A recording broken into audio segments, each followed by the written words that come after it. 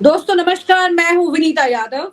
और जब से ये तस्वीर सामने होने लगी है कि किस तरह से अब हमारे देश में ये पता लग चुका है कि इलेक्टोरल बॉन्ड, ईवीएम, उसके अलावा जो वोटिंग के दौरान जो डेटाबेस है उसका सवाल, ये तमाम चीजें जिसकी पहले से ही कोर्ट में याचिका भी लगी हुई थी। और इसके बाद चुनाव के बाद तो ये मामला और ज्यादा गंभीर इसलिए हो रहा है, लोगों को उम्मीद हो गई है जब से एक मजबूत विपक्ष की तस्वीर सामने आई है कि तमाम मामले जब अब कोर्ट में जाएंगे तो कुछ और ही दिखेगा। बड़ी बात यह है कि चंद्रचूड़ देश के सीजीआई जो हैं, वो नवंबर में रिटायर हो जाएंगे और उनके रिटायर होने से पहले ये तमाम तरह के मामले कोर्ट में हैं। अब इस पर देखने का नजरिया कैसे बदलेगा ये देखना होगा, क्योंकि इनके बाद जो सीजीआई बन सकते हैं वो हैं जस्टिस संजीव खन्ना। और उनके भी एक दो मामले इस तरह के रहे हैं जो कि सरकार को टाइट करते दिखाई दिए हैं। लेकिन क्या वाकई में डीवाई चंद्रचूड़ के मुकाबले जस्टिस संजीव खन्ना से उतनी उम्मीदें की जा सकेंगी भविष्य में, ये अपने आप में एक बड़ा सवाल है। क्योंकि हमारे देश में इस वक्त इलेक्टोरल बॉन्ड की बात करें, वोटिंग डेटा की बात करें या फिर ईवीएम मशीन की बात करें, ये तीनों ऐसे मामले हैं जो इस वक्त मोदी सरकार के लिए गले की हड्डी बने हुए हैं। उन्होंने तो हालांकि नरेंद्र मोदी ने अपने चुनाव के परिणाम आने के बाद में ये बोल भी दिया कि शुक्र कीजिए अब ईवीएम पर कोई ठीकरा नहीं फोड़ेगा। लेकिन क्या इतना बोलना काफी था और ईवीएम को बरी कर देना यहाँ पर सही है? क्योंकि ईवीएम हमारे आपके और चुनाव के परिणामों से बरी नहीं होने वाली, वो कोर्ट से ही दोषी पाई जाएगी और वहां से बरी होगी। लेकिन अभी तक उस तरह की सुनवाई कोर्ट में नहीं हुई है, क्योंकि इस मामले को उस लेवल पर सीरियसली लिया ही नहीं गया है। हमारे साथ डॉक्टर सीपी राय जी हैं, उन्हीं के साथ चर्चा करते हैं और समझते हैं सर ये जो पूरा मामला है। क्योंकि अगर हम बात करते हैं यहाँ पर खास तौर से ईवीएम की, इलेक्टोरल बॉन्ड की और वोटिंग डेटा बेस की, तो ये तीनों ऐसी चीजें हैं जो कि इस वक्त इतनी मुसीबतें पैदा कर सकती हैं, खास तौर से नरेंद्र मोदी और उनकी पार्टी के लिए, कि शायद उनकी सत्ता में कभी फिर वापसी हो पाए। लेकिन यहाँ पर चंद्रचूड़ के बाद जस्टिस संजीव खन्ना है, जस्टिस चंद्रचूड़ के बाद जस्टिस संजीव खन्ना एससीजीआई, प्रोबेबिलिटी उन्हीं की है, नेक्स्ट नंबर उन्हीं का है। तो ऐसे में क्या आपको लगता है कि चीजें इसी तरह से न्यायिक प्रक्रिया से उम्मीद की जा सकेगी आगे भी? विनीता, पहले तो बात तो यह है, आपने कहा कि ये ऐसे मामले हैं कि बीजेपी शायद ही वापस लौट पाए। तो उसका मामला होता या नहीं होता, मेरी पॉलिटिकल समझ ये कहती है कि बीजेपी वापस नहीं लौटेगी। अभी सरकार जरूर जोड़ तोड़ करके बना लिया, लेकिन इसके बाद ये सरकार बनाना उसके लिए बहुत आत्मघाती साबित होगा। बहुत सारी मुसीबतें उसके सामने आएंगी और बीजेपी फिर निकट भविष्य में जल्दी वापस लौटने की स्थिति में नहीं होगी। जब तक कि फिर कोई पुलवामा ना हो, जब तक कि फिर कोई अच्छे दिन और 2013 के तमाम अन्ना जैसे आंदोलन और विनोद राय जैसे तमाम चीज़ें ना हो, तब तक बीजेपी का आना मुश्किल रहेगा। ये तो सवाल का एक पक्ष है। दूसरा पक्ष ये है कि क्या हम सर्वोच्च न्यायालय पर भी विश्वास करने में अब कतराने लगे हैं। सर्वोच्च न्यायालय देश का सबसे बड़ा अदालत है, वो संविधान का कस्टोडियन है, संवैधानिक बेंच वही होती है। सारे मामले अंत में ये मान के चला जाता है कि कहीं भी न्याय नहीं मिला होगा तो अंत में सचमुच का न्याय सर्वोच्च न्यायालय में जरूर मिल जाएगा। और वहां पर भी अगर चर्चा ये शुरू हो जाए कि कौन सा जज किस पार्टी या किस विचारधारा से जुड़ा हुआ है, कौन सा जज उससे उम्मीद की जाए या नहीं की जाए, तो ये भारत के इतिहास का सबसे दुर्भाग्यपूर्ण दिन माना जाएगा। ये बहुत काला दिन होगा। लेकिन फिर भी नीचे से ऊपर तक अदालतों में जो परिस्थितियां दिखलाई पड़ रही हैं, उसमें इस तरह का सोचना गलत भी नहीं है, क्योंकि ऐसे हालात देखने को मिल रहे हैं। तमाम ऐसे मामले हो रहे हैं जो किसी भी तरह कुछ भी निर्णय कर दिए जा रहे हैं और बाद में किसी सही जज के पास जाके वो निर्णय पलट जा रहे हैं। तो ऐसे तमाम चीज़ें देखने को मिल रही हैं, वो पुलिस हो, सीबीआई हो, इनकम टैक्स हो, ईडी हो, जुडिशली हो। अगर सब ऐसे चलने लगेंगे तो लोकतंत्र बचेगा कहाँ से? फिर आज़ादी का मायने कहाँ रह जाएगा और लाखों लोगों की कुर्बानी का मायने कहाँ रह जाएगा? और वो तमाम लोग जिन्होंने संविधान बनाया था, सैकड़ों, वो तमाम इतने बड़े विद्वानों ने बैठ के तमाम बहस के बाद फिर उनकी उस सारी मेहनत का और उनकी सारी कवायद का मायने कहाँ रह जाएगा? जहाँ तक इन सारे मुद्दों का सवाल है जो आपने गिनाए हैं, ये सारे मुद्दे बहुत सेंसिटिव हैं। वीवीपैट का मुद्दा भी बड़ा सेंसिटिव था और पूरा देश ये उम्मीद कर रहा था कि ये कोई बड़ी चीज नहीं है। भाई, वीवीपैट की पर्ची निकलती है, आप हमको दे दीजिए, हम एक डिब्बे में डाल दें और अगर कहीं कोई एतराज होगा तो उसकी गिनती कर ली जाए पैरेलल उसकी।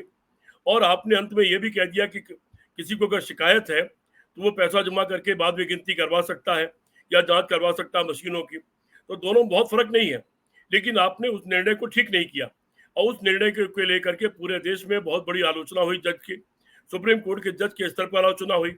उसका कोई तर्क समझ में नहीं आया, उन्होंने क्यों वो निर्णय किया।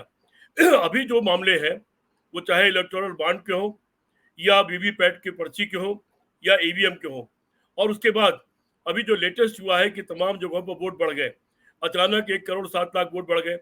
चुनाव में पड़े हुए वोटों में और गिने हुए वोटों में बड़े पैमाने पर अंतर दिखलाई पड़ रहा है। ये बहुत ही खतरनाक परिस्थिति है भारत के लोकतंत्र के लिए, विश्वसनीयता के लिए। अगर भारत की जनता को विश्वास ही नहीं बचेगा, विश्वास नहीं था इसीलिए वोट डालने कम लोग निकले कि हमारे वोट डालने से फर्क नहीं पड़ना तो हम क्यों डालने जाए। ये बहुत चिंतनीय विषय है और मुझे लगता है कि इस पर सबको चिंता करने की आवश्यकता है। जो लोकतंत्र के में विश्वास करते हैं, जो उसके लिए लड़ते हैं, जो लोग संविधान में विश्वास करते हैं उसके लिए लड़ते हैं, और देश के हर नागरिक के लिए चिंता का विषय है। सर्वोच्च न्यायालय को भी इस पर चिंतित होना चाहिए, क्योंकि सर्वोच्च न्यायालय वो अंतिम न्यायालय है जो कस्टोडियन है संविधान का, और जिसको अंतिम निर्णय देना है देश के हित में।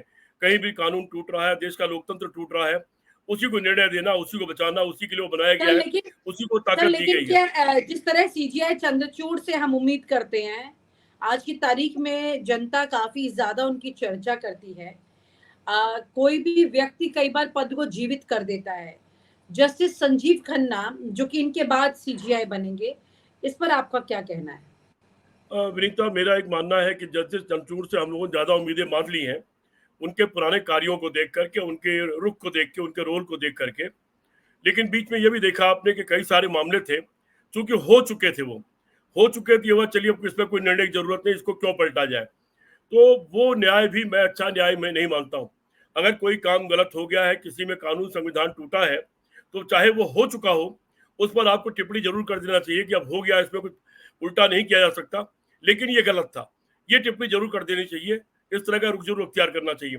तो ऐसी चीजों में हमने देखने को मिला है कि ऐसी चीजें हुई नहीं है, लेकिन फिर भी जस्टिस चंद्रचूड़ को लेकर के पूरे देश में एक मान्यता है कि उनके हाथ से न्याय निकलेगा, वो ऐतिहासिक न्याय करेंगे और देश के लोकतंत्र को और संविधान को बचाएंगे, यहाँ की व्यवस्था को बचाएंगे। बाकी जजों के बारे में लोग शंका की निगाह से देख रहे हैं, इसीलिए मैंने प्रारंभिक टिप्पणी में कहा आपने कि यह बहुत दुर्भाग्यपूर्ण दिन होगा कि हमको सर्वोच्च न्यायालय में भी ये परिस्थितियां देखनी पड़े कि कौन जज सत्ता विरोधी है या सत्ता पक्ष का है या निष्पक्ष है या किसी खास विचारधारा को मानने वाला है। अगर ये परिस्थितियां सर्वोच्च न्यायालय के स्तर पर पैदा हो गई, फिर लोकतंत्र और संविधान को बचाना बहुत मुश्किल हो जाएगा। जी विनीता जी। जी सर, आपको क्या लगता है सर, इस बार ज्यादा वक्त ना लिए, क्योंकि मुझे याद है 2019 के बाद भी काफी ज्यादा मतलब ईवीएम को लेकर की याचिकाएं लगी थी, सवाल उठे थे, लेकिन कुछ खास उसका असर नहीं हुआ। 5 साल तक मामला ऊपर नीचे ऐसे ही चलता रहा। अंत में चुनाव के ठीक पहले ईवीएम को लेकर के कई भरपूर याचिकाएं लगाई विपक्ष ने, और फिर कोर्ट ने भी उतना गंभीरता से अभी भी याचिकाएं लगी हैं, अभी भी याचिकाएं लगी हैं, और बहुत सारे चुनाव क्षेत्रों को लेकर के अलग अलग याचिकाएं दाखिल हुई हैं। अलग अलग क्षेत्रों में जो चुनाव परिणाम घोषित हुए हैं उसके खिलाफ तमाम ऐतराज दाखिल हुए हैं। वो सुनवाई भी जस्टिस चंद्रचूड़ को करनी है। मेरे तक काफी सीटों पर इस तरह का मामला है। आपके दर्शकों की जानकारी के लिए बता दूं, क्योंकि लोगों को, नए लोगों को जानकारी नहीं होगी, इस देश के राष्ट्रपति थे डॉक्टर बीवी गिरी साहब, और इसी सर्वोच्च न्यायालय में उनको खड़ा होना पड़ा था जाके।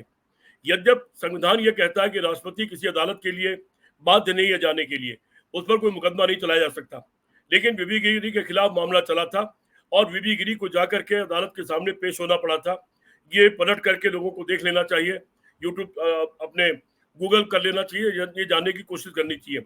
ये सर्वोच्च न्यायालय इतना महत्वपूर्ण रहा है, राष्ट्रपति ने वहां खड़े होना इसलिए मंजूर किया कि सर्वोच्च न्यायालय की गरिमा, स्वच्छता और उसकी ताकत बनी रहे, अन्यथा राष्ट्रपति को बुलाया नहीं जा सकता, ये कानून है। लेकिन वो गए। नरसिम्हा राव जी प्रधानमंत्री रहे थे, लेकिन उन्होंने अदालत का लगातार सामना किया, और ये अलग बात है कि उनकी अदालत के दायरे में बनाने के बजाय विशेष रूप से एक भवन जो बना हुआ है उपराष्ट्रपति के घर के बगल में, विज्ञान भवन, उनके लिए विज्ञान भवन में एक विशेष अदालत कक्ष बना दिया गया था, लेकिन नरसिम्हा राव जी ने वहां लगातार हाजिरी लगाई। ये है अदालत की ताकत। अदालत अपनी ताकत खुद नहीं अगर पहचानेगी, अपनी ताकत को खुद बरकरार नहीं रखेगी, तो लोग उसका सम्मान करना बंद कर देंगे और आने वाले समय में लोकतंत्र को खतरा पैदा हो जाएगा। इससे मैं भी चिंतित हूँ और मुझे लगता है कि सर्वोच्च न्यायालय के सारे जजों को भी चिंतित होना चाहिए। विनीता जी, आपने देखिए एक बड़ा काम किया। अभी आपने महात्मा गांधी का सवाल उठाया। आप इकलौती थी जिसने देश में पहली बार महात्मा गांधी की मूर्ति को हटाने का सवाल उठाया। अब वो एक बड़ा मुद्दा बन गया है। देश के बड़े बड़े नेता उसकी लकीर पीट रहे हैं। ये अलग बात है कि उस पर जाके धरने बैठ जाना चाहिए। मैं वहां उस परिस्थिति में होता, संसद में जाने का मुझे अधिकार होता, तो मैं तो जाके महात्मा गांधी की मूर्ति से लिपट के बैठ जाता वहां और सरकार को एक्सपोज करता। लेकिन आप इकलौती पत्रकार है जिसने उसको एक्सपोज किया और उसको दुनिया के सामने आप लाई। इन मामलों पर भी आप ये मामले लेके आई हैं। कहीं ना कहीं मैंने आपको एक दिन जिक्र किया था कि एक डीजीपी रैंक के आदमी ने आपका एक वीडियो को शेयर किया है ग्रुप के अंदर, मैंने देखा खुद। तो कहीं ना कहीं जब इस तरह की पत्रकारिता होती है तो लोगों तक जाती है। मैं उम्मीद करता हूं कि सर्वोच्च न्यायालय हो, हाई कोर्ट हो, उनके न्यायाधीशों के पास भी आपकी ये बहस जा रही होगी, मेरी चर्चा जा रही होगी। उनमें भी शायद शर्मिंदगी जागे। पाकिस्तान जैसा देश भी, वहां पर भी सुप्रीम कोर्ट बड़े ऐतिहासिक फैसले करता है, बहुत बड़े बड़े फैसले करता है और सरकार के खिलाफ करता है। चुनाव आयोग का तो आपने वहां के देख ही लिया। मुझे लगता है कम से कम चुनाव आयोग, सर्वोच्च न्यायालय, इस तरह की जितनी चीजें बनाई गई हैं, संविधान में इनके लिए व्यवस्था की गई थी, ये स्वतंत्र होंगे, निष्पक्ष होंगे, अलग होंगे, इन पर सत्ता को कोई अंकुश नहीं होगा। लेकिन ये जिम्मेदारी खुद सर्वोच्च न्यायालय की है कि वो अपने को वैसा बनाए रखे। जी वनिता जी। जी सर, ये बहुत इंपॉर्टेंट है और ये तमाम मुद्दे क्योंकि कोर्ट में है तो सवाल यही उठता है कि किस तरह से अब इस पर न्याय होगा, क्योंकि इन तीनों मुद्दों का न्याय किसी व्यक्ति विशेष का न्याय नहीं है, इस पूरे देश का और देश के लोकतंत्र के प्रति न्याय होगा। Thank you so much sir for talking such an important issue. और आप हमसे जुड़े रहने के लिए सब्सक्राइब करें YouTube पर, फॉलो करें Twitter पर और लाइक करें Facebook पर। और ज्यादा जानकारी के लिए आपको टाइप करना होगा सिर्फ न्यूज़ नशा।